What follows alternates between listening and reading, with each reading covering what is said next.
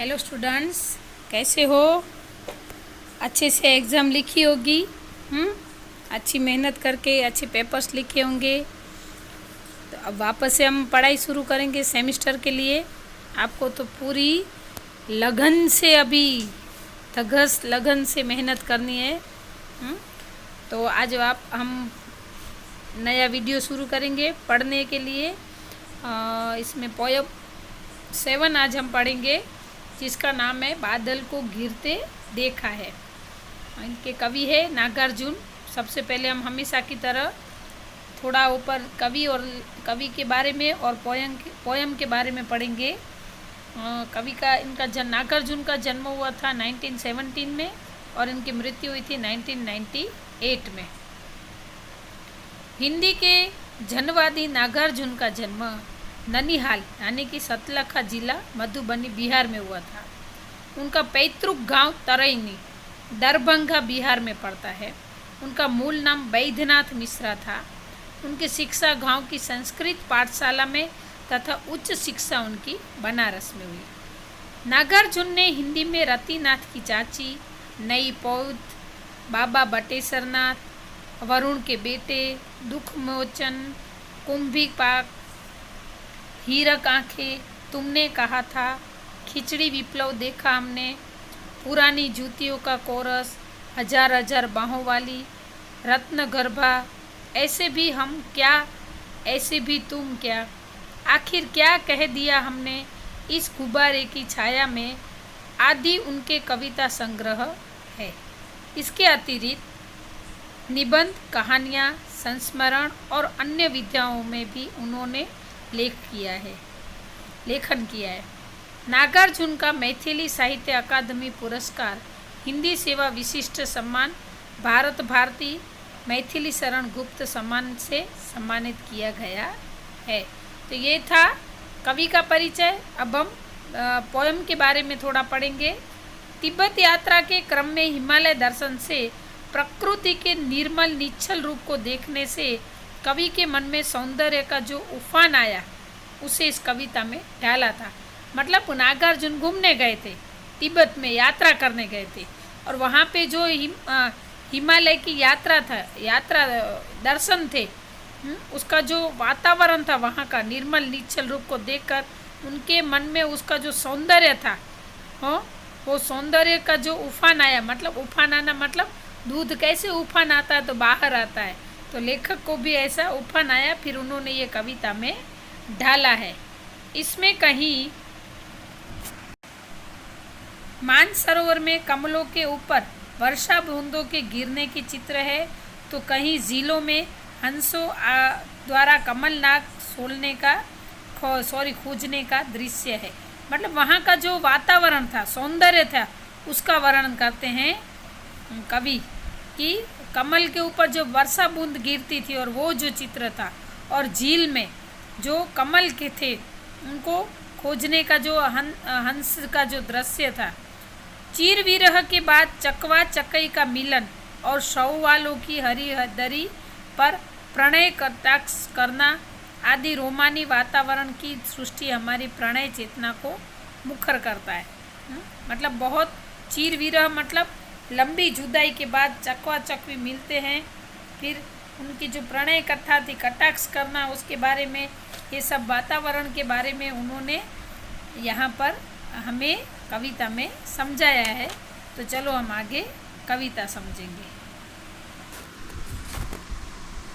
अमल धवल गिर के शिखरों पर बादल को गिरते देखा है, छोटे छोटे मोती जैसे उसके शीतल तुहिन कणों को मान सरोवर के उन स्वर्णिम कमलों पर गिरते देखा है, बादल को गिरते देखा है।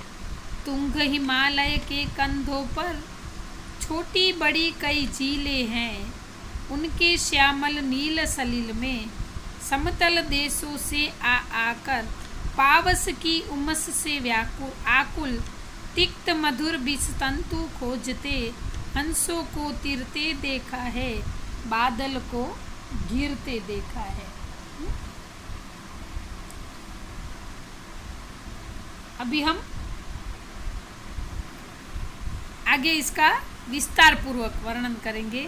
स्टूडेंट्स, आपको दिखाई दे रहा है कि वर्ड मीनिंग मैंने लिखा है और साथ में मैं बोलूँगी भी। आप लोगों को पेंसिल हाथ में लेनी है या तो पेन हाथ में लेनी है। आपको ये वर्ड मीनिंग जो मैं यहाँ पे बोल रही हूँ आपको बुक में लिखना है। अमल धवल गिरी के शिखरों पर, अमल यानी कि निर्मल, धवल यानी कि सफ़ेद, गिरी यानी पहाड़, शिखर यानी पर्वत की चोटी। तो निर्मल सफ़ेद पर्वत की जो चोटी थी, बादल को गिरते देखा है। क्या? उसकी शिखर पर ऐसे लगता था कि जो पर्वत की शिखर है सफ़ेद रंग की, उसके ऊपर जैसे अभी बादल गिरेंगे, ऐसा उनको एहसास होता है कि नहीं, उनको लगता ही था कि बादल अभी उसके ऊपर गिरा है। छोटे छोटे मोती जैसे उसके शीतल तुहिन कणों को। ये हिमालय का वर्णन करते कि हिमालय के दर्शन में क्या क्या देखा। छोटे छोटे मोती जैसे उसके शीतल तुहिन कण को, तुहिन यानी कि बर्फ यानी कि आइस, तो उसके जो आइस के छोटे छोटे मोती जैसे कण थे, उसको कवि ने देखा ऐसे। उनके मान सरोवर के उन स्वर्णिम कमलों पर गिरते देखा है कि जो बर्फ के छोटे छोटे कण थे, तो मान सरोवर था, उनके सुनहरे मान सरोवर का सुनहरा दृश्य था, उसमें कमलों पर वो जो बूंदे थी आइस की, आइस के जो कण थे, तो मान सरोवर में जो कमल खिले थे, उस कमल के ऊपर कवि ने उस आइस के कणों को गिरते देखा। तुंग हिमालय के कंधों पर छोटी बड़ी कई झीलें हैं। हिमालय इतना बड़ा है, उसके कंधों के ऊपर छोटी बड़ी कई झीलें हैं। झील यानी कि सरोवर ऐसे। उसके श्यामल नील सलिल में समतल देशों से आकर पावस की उमस से आकुल तिक्त मधुर विष तंतु खोजते हंसों को तीरते देखा है कि ऐसी बहुत सारी झीलें हैं। उसमें श्यामल नील सलिल में, श्यामल यानी कि ब्लैक, नील मतलब कि ग्रीन, हरा ब्लू, ऐसा जो पानी था, सलिल यानी कि पानी में, समतल देशों से आकर मतलब जो दूसरे देशों से जो हंस आते थे, पावस यानी कि बारिश, उमस यानी कि गर्म हवा।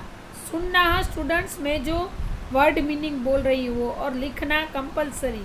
हाँ, कवि क्या कहते हैं कि छोटी बड़ी जो झीलें थे, उसका जो श्यामल ग्रीन हरा ब्लू ऐसा पानी था, तो उसमें समतल देशों से आकर जो बारिश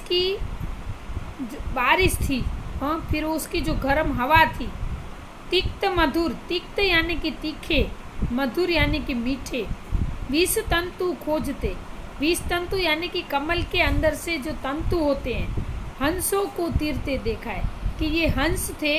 हाँ, क्या कहते हैं कवि कि वहाँ का जो दृश्य था, मान सरोवर था, उसमें हंस थे जो कमल में से तंतु, हाँ, तंतु यानी कि उसके जो तारे थे, हाँ, उनको कवि ने ये दृश्य रूबरू देखा था कि ऐसी छोटी बड़ी झील थी, उसका पानी था ऐसा, फिर हंस आए थे, बारिश का मौसम था, फिर कहीं गर्म हवा भी थी, तो ऐसे तीखे और मधुर, तीखे और मीठे जो उसका टेस्ट होता है, जो कमल के जो तंतु खींचते हैं ना, निकलते हैं, उसका वो कभी तीखा लगता है, कभी मीठा लगता है। तो कवि ने ये दृश्य अपनी आँखों से देखा कि ऐसे में मैंने अपनी आँखों से देखा कि ऐसे तंतुओं को हंस है, तो उसमें हंस तैरते थे और ऐसे मानसरोवर में हंस तैरते थे और ऐसे कमल के तंतु को वो खोजते थे। तो ये सब कवि क्या कहते हैं कि ये मैंने सब अपनी तिब्बत की यात्रा में देखा है, और उनको ये जो है उनके मन को पसंद आ गया था। हाँ, वो अविस्मरणीय उनके लिए हो गया था इसलिए उन्होंने हमारे सामने ये कविता के रूप में प्रकट किया है। स्टूडेंट, बहुत ही अच्छी कविता है। अभी ये वीडियो यहाँ पे पूरा होता है, इसका दूसरा पार्ट हम नेक्स्ट वीडियो में देखेंगे।